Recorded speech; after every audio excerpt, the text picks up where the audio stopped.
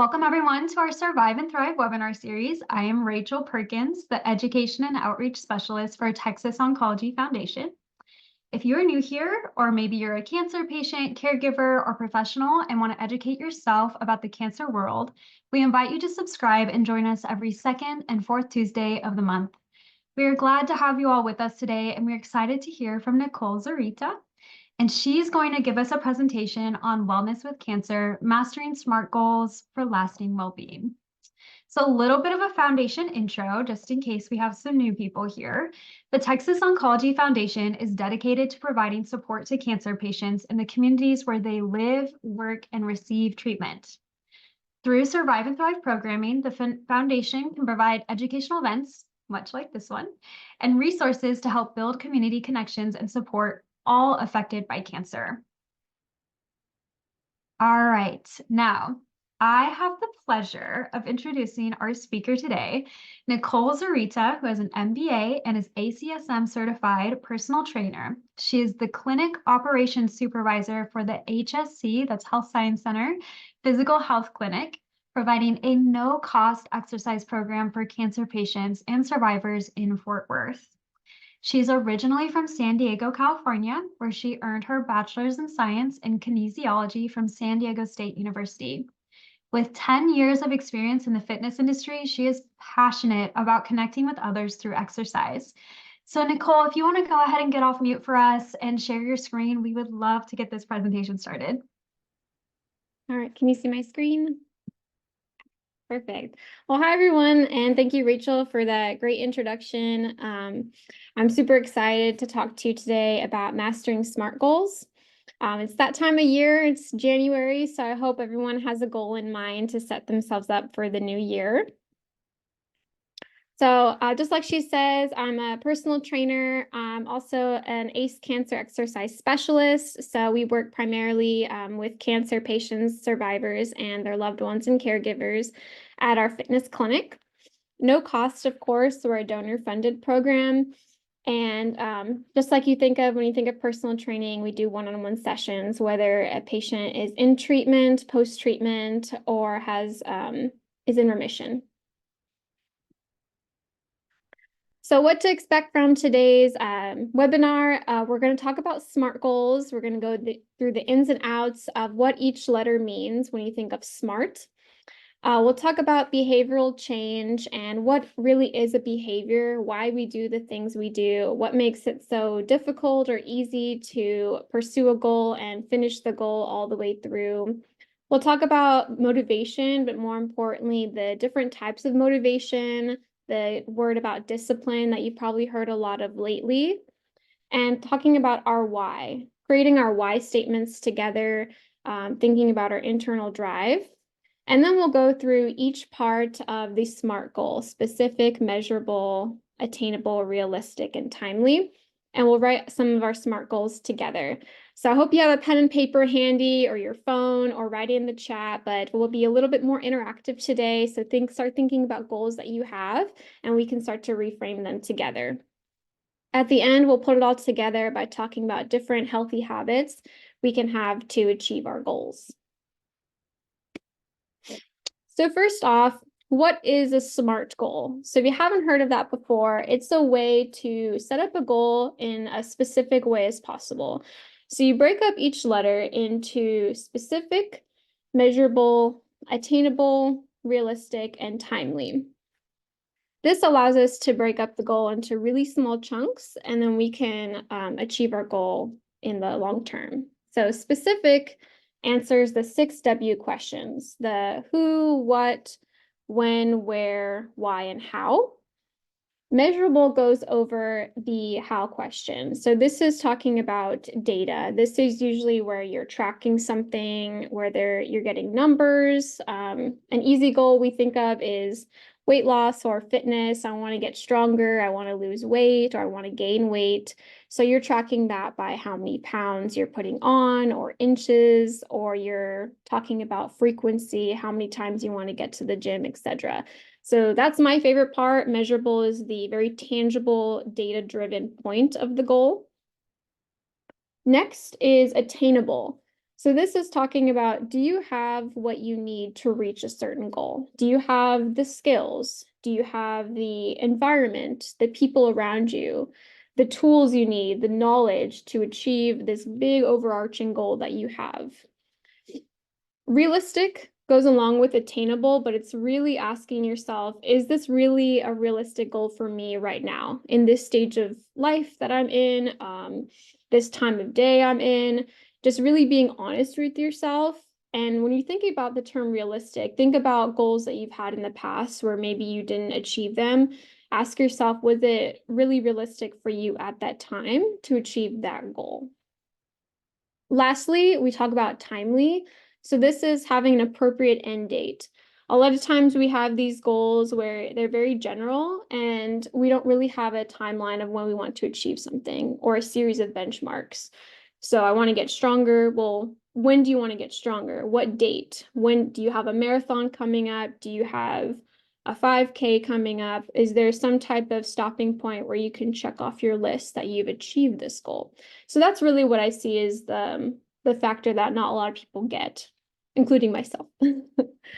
So right now, looking at this, it's a lot of information, and we'll break it up here later in the webinar, but take a moment to write down in your phone or write it down in the chat, even better, or on a piece of paper. What's one goal that you have for yourself right now? It doesn't have to be in SMART format, but just write down a goal that you've had for yourself, or if you don't have one right now, maybe it's a goal you've had in the past. And then we'll start to break it up later on. So my goal that I'll use for this presentation is very general. I want to journal more. So that's not in SMART format, but it's okay because we'll go over it here in a second. All right. So before we go into talking about our goals, I want to talk a little bit about behavior change and the behavior change model. So what is the definition of a behavior and why we do the things we do? We talk about behavior has three factors: motivation, ability, and a trigger. So this paints us a simple picture of why we have behaviors, why they will or they won't happen. And those three factors, motivation, ability, and trigger, all need to be at relatively the same level to achieve a new behavior. So going over each of those, first off, I look at trigger. So a trigger is an internal or an external cue, such as hunger or a visual reminder on your phone, an alarm, a calendar time blocked off on your schedule, something that's external outside of yourself that occurs to remind you to do something. This must occur before you start to even think about your motivation or your ability levels. Motivation in itself is just the simple reason or the need to tell you why you will or will not do a behavior. And then lastly, ability, very important, the skills or knowledge you must have to make a behavior happen and to be able to pursue something. So we're going to use an example here, one that I've had with a patient. They had a new behavior they wanted to do where they wanted to exercise at lunchtime at their house. So to create this new behavior, they think about what they already do. So right now at lunchtime, they usually grab their lunch and they go and watch some Netflix and they eat in front of the TV and just relax. But now they're setting this new behavior. They want to start exercising. So they made a goal. They want to exercise for 30 minutes at lunchtime. So what do they need to do first? They need to find that trigger, an external trigger, ideally. So this would be, they could write down in their calendar on their phone, exercise 30 minutes. They could put a reminder in their phone, something that's going to alarm, bing, bing, time to exercise on their Fitbit, something that gives them a cue. What I like to do personally is to have something visual in the environment. So we talked about putting their workout clothes in the living room, having that small space where they see, okay, workout clothes, that is my trigger. It's time to work out. Maybe put their little set of dumbbells there or a yoga mat on the floor, already ready to go. A water bottle, something that helps them stack this new habit onto a habit they currently have, which is just eating lunch and watching TV in the living room. Okay, so they got the trigger down. The next would be motivation. Thinking about, do they have the discipline to start something new? Is this the right time in their life? Do they really want to do this? We'll talk about motivation here in a second, the next slide, the different types. So we'll go over that a little bit more. But the last is the ability. So they want to exercise at lunchtime, but is this really the time of day where no one needs anything of them? They don't have appointments, doctor's appointments themselves, but they also don't have to drive their loved ones to these appointments at noontime. Do they have the workout equipment? Do they have access to the TV to watch a YouTube video? So that you really have to ask yourself, do you have everything you need, the skills, the knowledge, the time of day to solidify this new habit? These are all just questions to ask. But remember, all three levels must be high enough to create a new behavior. So we talked about that person's motivation 101, but motivation is a broad term that determines if we complete a behavior, why we do or we don't do something. And I just want to preface this because later on I talk about habits, but we hear in media, we hear in our social lives, someone just didn't have the right motivation. It waxes and wanes, which is true. But I want you to start thinking about what type of motivation was there to begin with, because there's two types. There's extrinsic and intrinsic motivation. And when people are talking about, oh, motivation fades over time, which I'll say over and over again, we're usually referring to something extrinsic, so something outside of ourselves, rather than the intrinsic motivation. So many of us find it easy to start an exercise program or work on a new goal, but once we lose that initial excitement, we don't always follow through. It's very normal. We're in January now, we're almost in the 4th week. This is the time of year research shows that 3 weeks into the new year, all those resolutions have faded. No one's really following through. So if you ask yourself, if that's you or if that's a friend, what kind of motivation was there to begin with? Was it extrinsic or intrinsic? So I'll go over both of these. So extrinsic is the one that usually fades. So this is behavior based on rewards or punishments. It's usually something visual, or it's trying to compete with others, or it's trying to please others, receiving validation from other people. It's the stereotype, I want to look good because I want to go on a vacation in a few months, or I want the perfect body type, or I want to save up money just because I want this big house and keep up with my neighbors. I want to keep up with the Joneses. It's not necessarily bad. It gives us excitement, but it does fade because you start to forget and you're like, I'm going to throw in the towel. Things are getting hard. So extrinsic motivation is usually what starts to go down over time. Intrinsic motivation, this is the winner. So this is creating a behavior and creating a reward specific to you. So this is usually interchangeable with the word discipline. So if you hear gurus on YouTube talk about don't have motivation, have discipline, they're usually talking about intrinsic motivation. Creates a sense of accomplishment within yourself, which leads to better self-discipline. Everyone's different, but it answers the question, what drives you? It gives you a sense of enjoyment. So different examples of intrinsic motivation would be, I want to pursue this goal because I want to have less chronic pain. So I had a patient, they said, I want to exercise more because after my treatment, I just have consistent joint pain. So I'm going to start this exercise program. I'm not going to give up, because really my internal driver is I just want to have days where I'm feeling better. I don't wake up with such chronic pain. It has lessened over time. So that's going to be different than I want to work out just because I want to look good, right? Both are fine, but what is really going to set someone up for success over time? Another example would be, I want to do a goal like journaling, my goal, for a sense of enjoyment, for a sense of self-reflection. I want to do something that makes me happy. That's a good internal driver. And another one that I've heard over and over again is I want to do this goal for long-term health. I want to show up for my family. I want to show up for myself.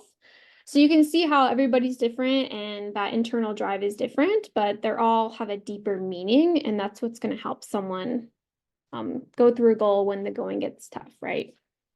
Research shows that intrinsic motivation typically does the job better than extrinsic. Again, there's nothing inherently wrong, but you just need to think about what type of motivation is there to begin with. So I want you to think about the goal that you have right now or goals that you've had that maybe you haven't stuck with.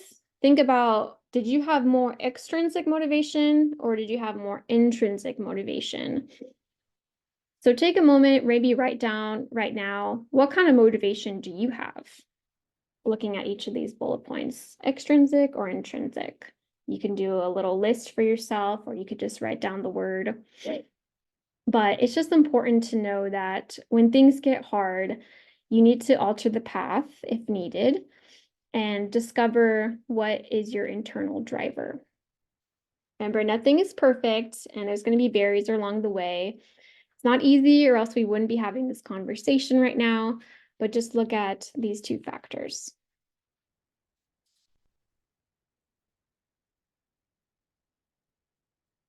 So this kind of goes along with what is your why? Intrinsic motivation, internal, thinking about a why statement. So when you begin something new, it does take a while for your brain to catch up. Humans, we don't really like change. We find it threatening, unfortunately. We think that something's bad's going to happen. So we like to stay in our comfort zone. I mean, look at the world around you. Why isn't everything changing in a positive direction? Because it's hard. It's new, it's foreign. So when we have goals, sometimes we don't follow through just because we didn't really think about why something was important to us, and we're just thinking about the discomfort of something new. So take a moment right now to really think about your motivation for your goal. Hopefully you wrote down, was it intrinsic or was it extrinsic? But now I want you to think about a why statement. So I have my goal. I want to do this because of this. So think about that right now. What is the one thing that is so important to you that it's going to keep you pushing when life gets hard, when obstacles get in the way? So write down your answer here. You can put it in the chat if you like, so other people can see your why statement. No one is wrong. Everyone has different statements. And I'll think of my why statement as well. Why do I want to journal? So I'm going to take a moment to think about that, and I'll share it on the next slide, because that can be a little tough. But while you're thinking about your why statement, I want us to think about those barriers, because barriers come in the path of life, and we need to think about what we're going to do when we face them, right? Is our why statement strong enough to overcome these barriers? So looking at barriers and looking at goals that you've had, was there anything in the past that you couldn't accomplish and you defaulted that to a lack of motivation? But really looking back at it now, was it just that you didn't have the tools to reach something? So were there any knowledge or skill barriers that you had to reach your goal? Did you have the right guidance from people? Did you have, a specialist to work with, a trainer, a friend, the right environment? Did you really have the tools to achieve your goals? So looking at the example of the person who wants to work out at lunchtime for 30 minutes, a barrier to them could be, I don't know how to exercise. I have this goal. I want to exercise for 30 minutes. I've got my setup, I've got my triggers, but now I have this barrier. Uh-oh, I'm tired. I don't know how to work out. I don't want to hurt myself. I'm going on YouTube and there's so many different videos. So I'm just going to throw in the towel because I don't know what to do. So that's a barrier, right? But how do we overcome that? We'll talk about that later. But I want you to start thinking of barriers in more of a impersonal way. And what I mean by that is to separate them into controllable versus uncontrollable barriers. So uncontrollable barriers are barriers that you need to either delete completely or accommodate. And controllable barriers are often challenging, but you have the power to change them completely. So an example of an uncontrollable barrier that you'd either have to delete or accommodate would be family. So you can't delete your family, but you can accommodate them in your goals, right? So if you're looking at your week and you had a goal of 20 minutes of self-care, you would say, okay, a barrier to me is that someone always needs something of me. Like I have kids, I have people to take to appointments, or people is always asking something of me, and that's a barrier why I can't get my goals in. So what you could do is look at your week, and is there any time of day that you can have completely to yourself, like the morning, right before everybody gets up? That's the one time no one's asking anything of you. Or is it lunchtime? Is it that's when everyone's at school or everyone's at different appointments and you have the house to yourself, or you're driving and you don't have to go somewhere? You can use that as a time to focus on your goals. But another way to accommodate this uncontrollable barrier that's your family is going to be there with you every single day is to also talk to them, to tell them, hey, I have this goal.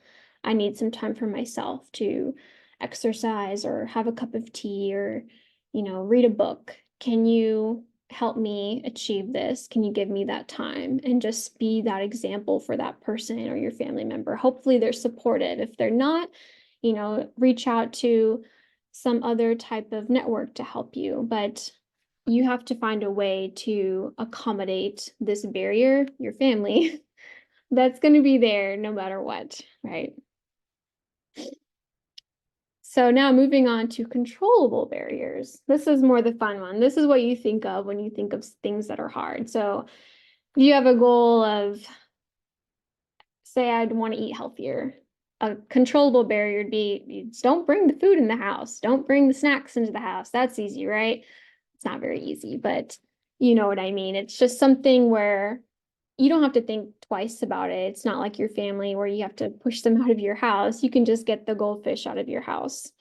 This could be, not buying the food, putting it on a higher shelf so you don't see it at eye level, but just knowing that you have the power to just change this barrier. So I'll give you my example. I'm trying to eat a little bit healthier and not snack when I get home from work. So I found this was a controllable barrier, is that sometimes we have food in the house that's not healthy. So what I asked my partner was, I was like, hey, I have the power to change my habits, but I'm going to ask you for help. You're taller than me. You like goldfish so much, and you can control yourself when you eat it. Can you please put it on a higher shelf? So I don't see it. I'm looking at eye level and I'm never going to reach up and get it. So he said, okay. Another thing I asked was, if you go and eat out and get takeout, can you not bring it in the house at all? So I don't have to see it. Willpower fades over time. So if I can just think about when I come home from work and I guess get something at eye level that's apple, cheese, meat, some healthy snacks, then it helps me. So you're just thinking about things in your life that you can ask for help with, that you can change easily on your own. But just remember that barriers, they're going to be there along the way, and they're not easy, but you have the power with every conscious decision to make a change. Okay, so let's see. Let's create our why statements together. So if you have your why statements, I'd love to hear what they are. So looking at them, work schedule, sharpen new skills. Yep. Duties and barriers. Read more. I love that one.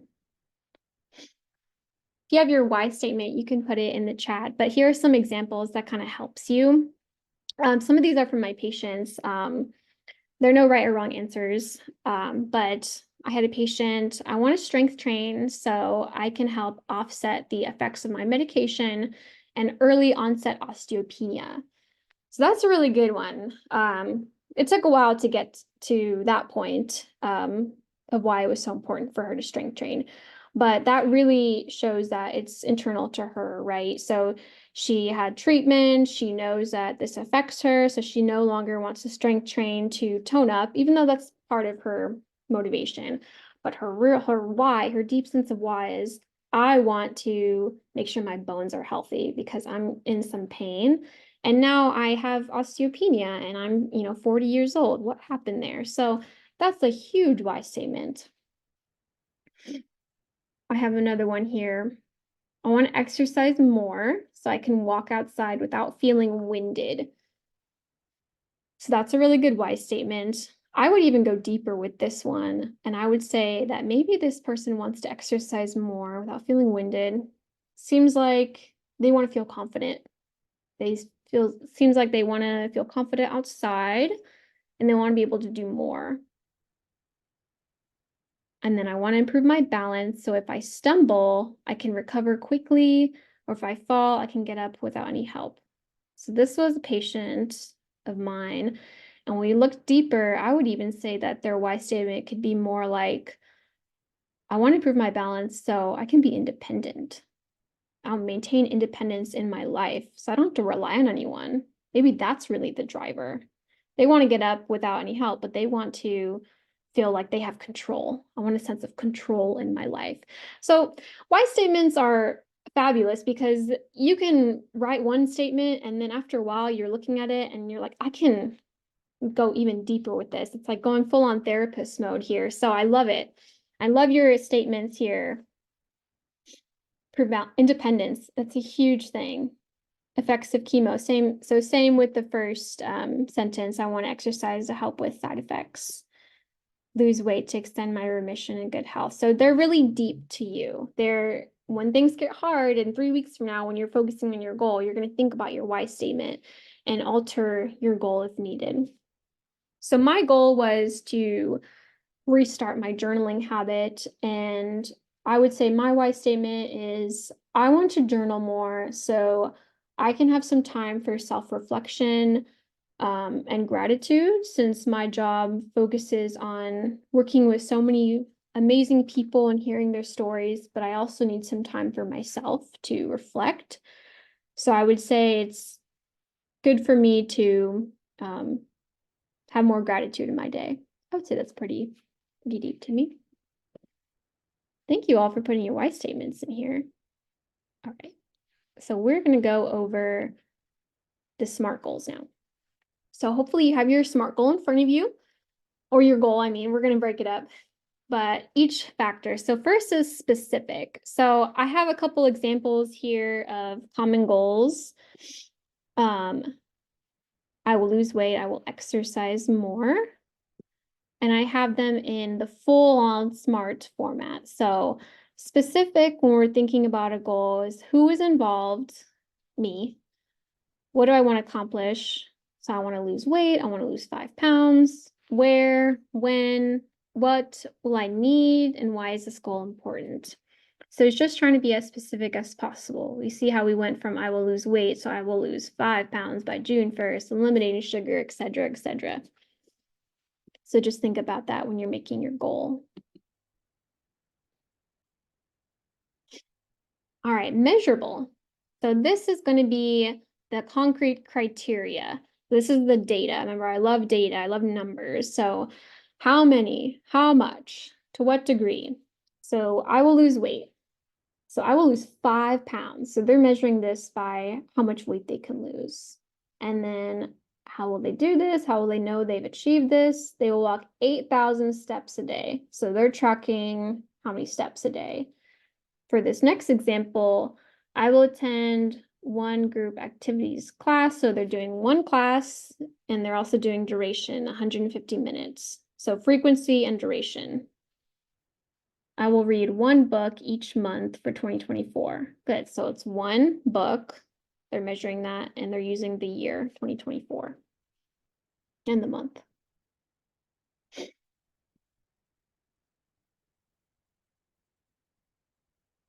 Attainable.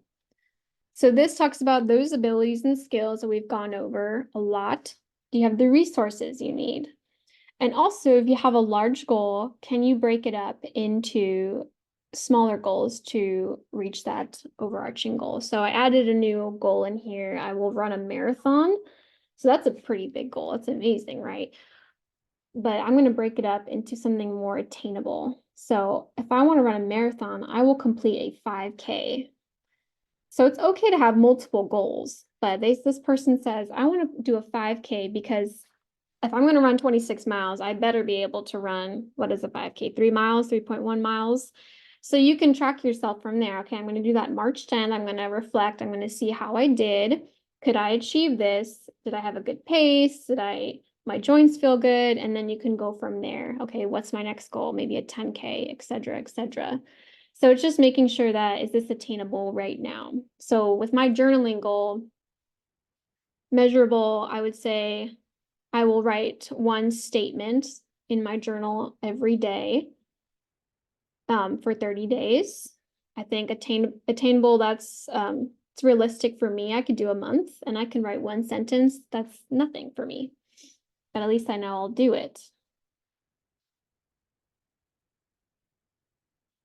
So realistic goes hand in hand with attainable, but it's asking yourself, do you truly believe this can be accomplished? Is this the time in your life where it's feasible for you right now? So I will lose 5 pounds. So notice this person put, I will lose 5 pounds, and they didn't put, I will lose 30 pounds, right? Sometimes we think about that overarching goal, which is fine, but you need to make sure, is it realistic for you? I will attend one group activities class. They didn't put 5. They didn't put 5 days a week. They want to do that, great, but they know they can at least achieve one class.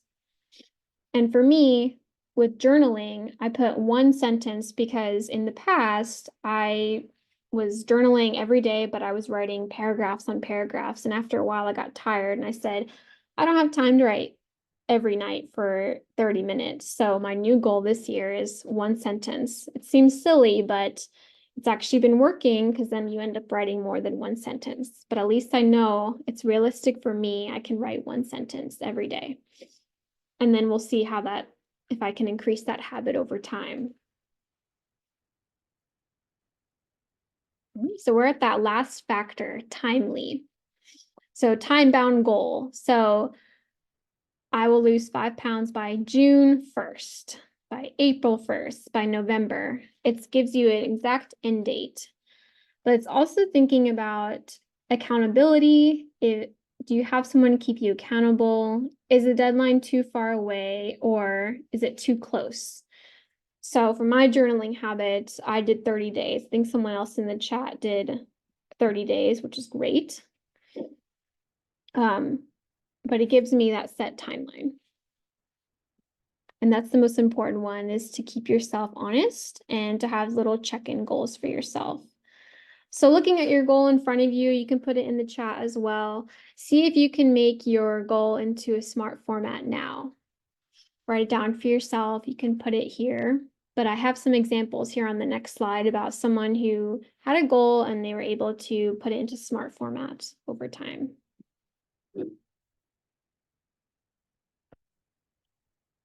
So I'm going to look at this bottom one. So they said, I will exercise more and get stronger. Great goal, very general though. So they want to put it in SMART format. They looked at how they wanted to focus that. They want an exercise plan, strength, cardio, flexibility. Okay, but then they needed to think about, what is their why statement? Why is this important to you? Everyone wants to get stronger, right? That's pretty much everybody's goal, but why is this important to you at this time? We got down to the root of it. They said, you know what? I do this weekly yoga class at the clinic, which is very true.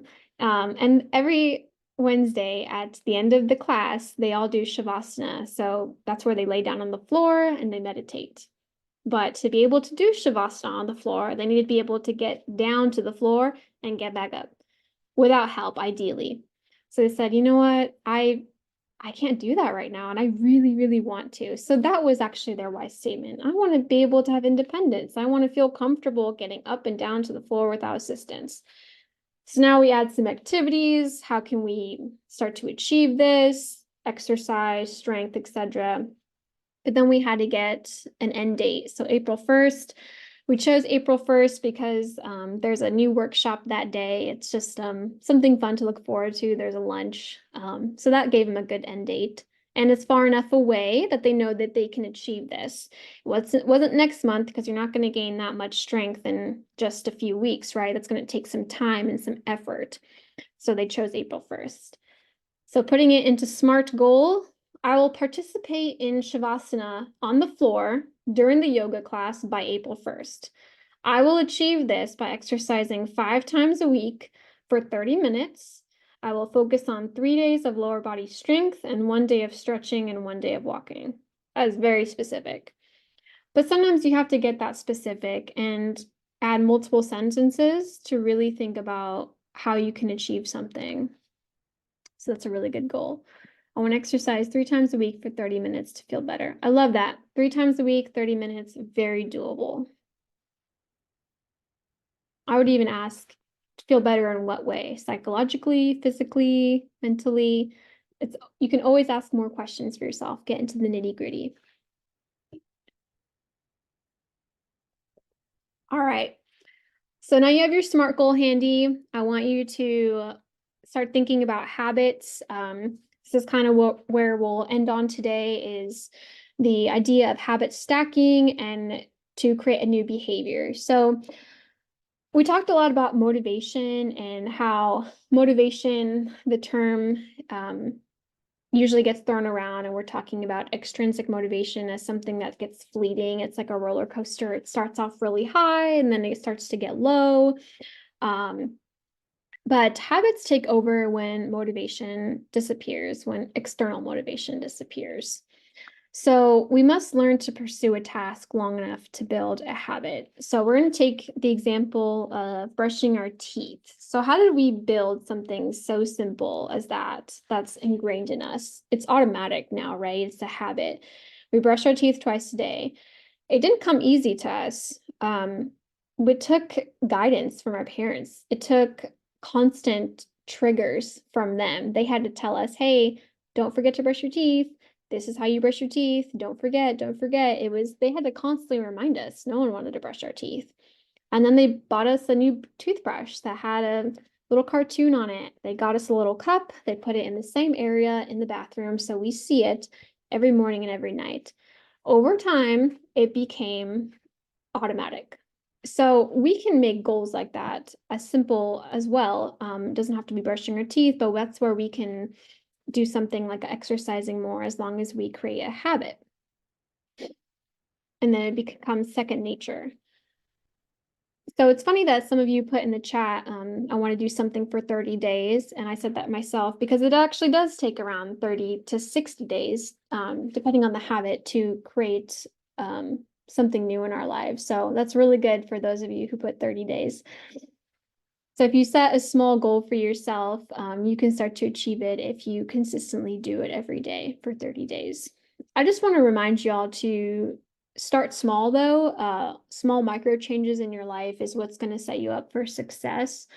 Research shows that we need to be able to see the success of our actions to keep pursuing something. As adults, we're not children anymore. We don't thrive off of other people telling us good job as much anymore. We need to see it for ourselves. We need to see that we're doing something and it's giving us what we need out of it, or else it's going to be a waste of our time, right? So we need to see that we're doing something in the right direction. So I want you to think about environmental factors for yourself. Environment plays a huge role in building habits. We need to start IDing the people, places, and activities that are linked.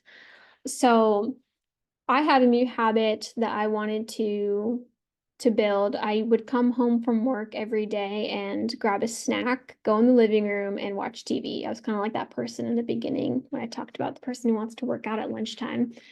That was me. I come home and that was my habit. So I had to think about the environment that I had. The TV, right? That's a trigger for me. So what could I do to change that? Well, I could stack a new habit. I could come home, make sure the TV is off, the remote is out of sight, still grab a snack, but go down to the living room floor and just stretch, relax, do some yoga, do something to show my mind that the workday is over and I can start to relax. So when you're thinking about habits that you already have, think about, why do you do that habit in the first place? For me, it was to separate the workday from the nighttime ritual. I wanted to come home and just turn my brain off. I wanted to watch The Office and just lounge and eat and know that my day is over. But to create a new habit, I needed to add something new. So you're replacing a bad habit with a good habit. But one thing I did have to think about was identifying barriers that come along. So my job is very active. Sometimes when I come home, I don't want to stretch. I grab that snack and I just don't want to sit down. So what could I do instead? Well, I could journal, or I could read, or I could draw. Those are all three things that don't require a lot of brain power. So I'm still getting the same effect of turning my brain off and having something to separate my day. So when you're thinking about habits, I want you to think about those things, barriers that come in your way, stacking new habits. Again, I still have the snack when I come home. I just don't turn the TV on. And now I have different things I can do to change a new habit in my life. So just going along with building healthy habits, some things I found helpful here are removing social media pages that create a negative self-image. I recently deleted Instagram. I found that I was scrolling. I wanted to, again, change the habit of scrolling. So I just deleted the app altogether. And now I'm creating new habits for myself. But when you're setting yourself for a new goal, it's really easy to look at people's highlight reels, which is all over social media, and it can make you feel discouraged. So I really highly encourage you that if you're pursuing something new and that's uncomfortable, tell a few people that you have that goal, but don't look at other people's pages and don't compare yourself to others. I would just not look at it. Another thing you can do is breathing techniques, meditation, just to reset yourself, having some time to just reflect and slow down. We get excited with new goals, but take a moment to just be realistic and quiet your mind. You can have a workout buddy or someone who keeps you accountable. They don't have to have the same goal as you, but they're there to help you. Like with my partner, he's there to help me with my eating habits. He doesn't have to change his, but I'm trying to change mine so he can keep me accountable. And then remember that 30 days is a good way to start. Anybody can do anything for 30 days. So put it in your calendar and know that if you do something 30 days, you're going to feel so accomplished, and you probably will have a new habit by the end of that time. So putting it all together, I hope that what you gain from this presentation is that behavioral change looks very complex, but it's very simple. And knowing your why, your internal drive, is what's going to help drive your motivation when it inevitably fades over time. And creating SMART goals, being as specific as possible, is going to give you a very clear path to achieve growth. I know it takes time to write down your goals or to type them out on your phone. It seems sometimes tedious, but I guarantee you the more sentences you put in your goals, the more you look at them, you say them out loud, it will become so much easier, and you're going to find areas in your goals that can be even more defined and can help you achieve them so that you've done something good and positive for yourself. And then again, growing new habits, helpful and can help you break old habits. Your environment plays a huge role. So really look around you. What can you do to help yourself with triggers? And pick a SMART goal and commit for 30 days. 30 days is that sweet spot. So thank you so much for listening. Here are my resources. Thank you, Nicole. I appreciate it. We're going to go ahead and take some questions, but as we wait for people to put questions in the chat, I just wanted to take a moment to say thank you for going over that in such a comprehensive way and not like pressuring and being like, it's okay if you can't think of a new goal, just think of one that maybe didn't work in the past. I think that's a really good way to kind of identify, okay, so maybe if I do think of something in the future, I can still go through this process. So I'm so glad we recorded this so that I can go back and when I have a new goal, I can go through that.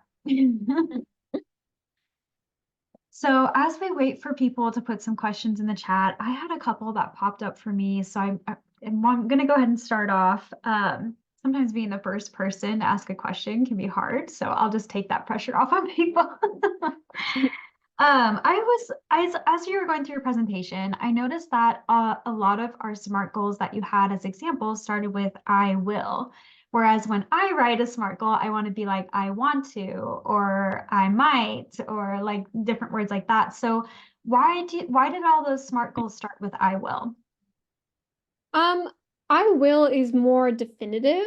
So, sometimes we feel like we don't have the confidence to do something and we want to have that like area where like, oh, if I don't complete it, it's okay because I said I might, right? I didn't say I was going to do it completely. So it kind of gives yourself some leeway, which I totally approve of. I think it's good to be not so hard on ourselves, but having something very concrete, like I will do something by X date, by this number, knowing I can still alter it if needed, but it gives you something very foundational and concrete. So no, I will do this. This is important to me.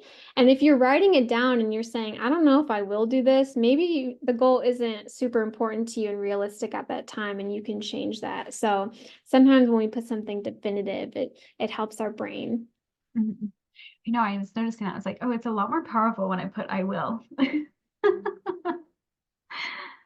Okay, so another question I had for you is, have you ever seen extrinsic motivation turn into intrinsic motivation or vice versa? Like where someone's like, oh, I want to get fit to look good for this vacation or wedding or whatever, and then they continue to move on even after that end point because they found other benefits from it. Yeah, that actually happens a lot. So we need extrinsic motivation to help us start something. We need something that sparks us, that excites us. And we're like, oh my gosh, I can't wait to do something.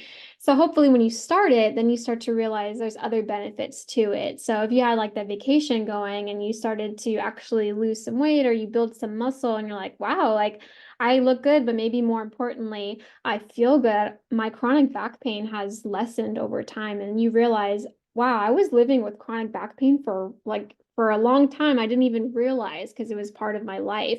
But now that you've done this goal, you realize that I'm going to keep going even beyond this vacation because I want to feel good. I want to get out of bed and not feel so achy. So that happens a lot. We need extrinsic to go into intrinsic. It's just hopefully that we're able to meld the two over time. And I think with social media, like you're mentioning, extrinsic is so easy. Like you see someone doing something, you're like, oh, they have motivation for it, or oh, that motivates me or sparks me to do this as well. So I think we just get bombarded with that all the time too. Definitely, definitely. Okay, let's just check the chat for a minute.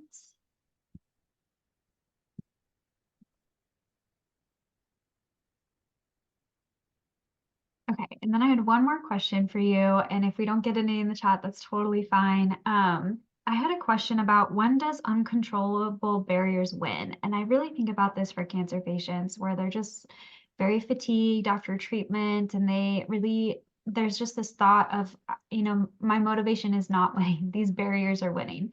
So what kind of helps you get over that hump if you're just like, the barriers are winning, I'm done, I don't have any more motivation for this? I think first it's accepting this uncontrollable barrier. So, giving yourself some grace and just knowing that sometimes things get in the way and that's life. There's always going to be cups in your day that are going to be more full than others. And if you're dealing with something that's pretty hard, like fatigue, I see that a lot with my patients. It's first letting yourself feel it. Don't be so hard on yourself about it. Let that barrier come through, but know that once you're feeling a little bit better, can you do something that's going to bring your spirits up, like 1 minute of walking or 2 minutes of walking, and be like, wow, like I could do that. So sometimes it's about accepting that barriers are going to come in your way and not being so hard on yourself. But then after a while, it's setting that really, really, really small goal that you know is going to give you a sense of, like I've accomplished something. I got out of bed and, yay, I could do that. And I could stretch a little bit. And then now I can go back to bed, but at least I got out of bed for a little bit. So it's just really meeting yourself where you are and giving yourself some grace. I love that answer. All right, well, we can go ahead and close up the webinar if there's no further questions. Again, Nicole, thank you so much for joining us today. I really appreciate your time. We are going to transition a little bit to just reminders and just saying thank you for participating with us today. We had a lot of people in the chat and we love seeing you guys going through your goals and help kind of walking through the stages of this presentation. So we're very thankful for that.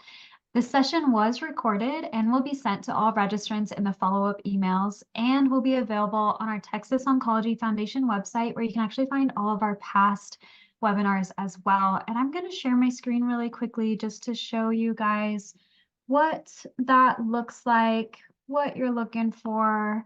So you're going to go to texasoncologyfoundation.org, and then you're going to click on education here and go to our Survive and Thrive webinar series. And this is what's going to go ahead and pop up for you guys. You can hit upcoming webinars at the top, or we have our highlighted webinars here. And we also have any upcoming webinars. So if you have a specific topic that you're like, oh, I think I want to learn more about rekindling intimacy in the face of cancer, which is coming up on February 13th, you would just click on that one and it's going to take you to a page to register. So this gives you even more event details. It gives you a little bit about the speaker, and then you would register in the bottom here. So that's just a little bit of info on how to navigate and see what our new webinars are. Again, just in light of this presentation, every time we talk about cancer and cancer topics, we do want to remind people that we do have a bereavement support group in views of today's topics, and they share resources for those who may have lost a loved one to cancer. So our support groups can be also found on our website. Instead of hitting that education tab, you're going to hit that support tab, and it's going to have multiple support groups. It also includes a support group called Mentors and Meetups. So if you've previously participated in any Survive and Thrive education like this one, you can actually join Mentors and Meetups, which is going to be every Friday in February online. There's also an in-person option at the Central Austin, Texas Oncology location. This month, we are doing a legacy workshop in cross-stitching. This is a beginner workshop free to Texas Oncology patients who want to join in, again, virtually or in person. We send kits to people.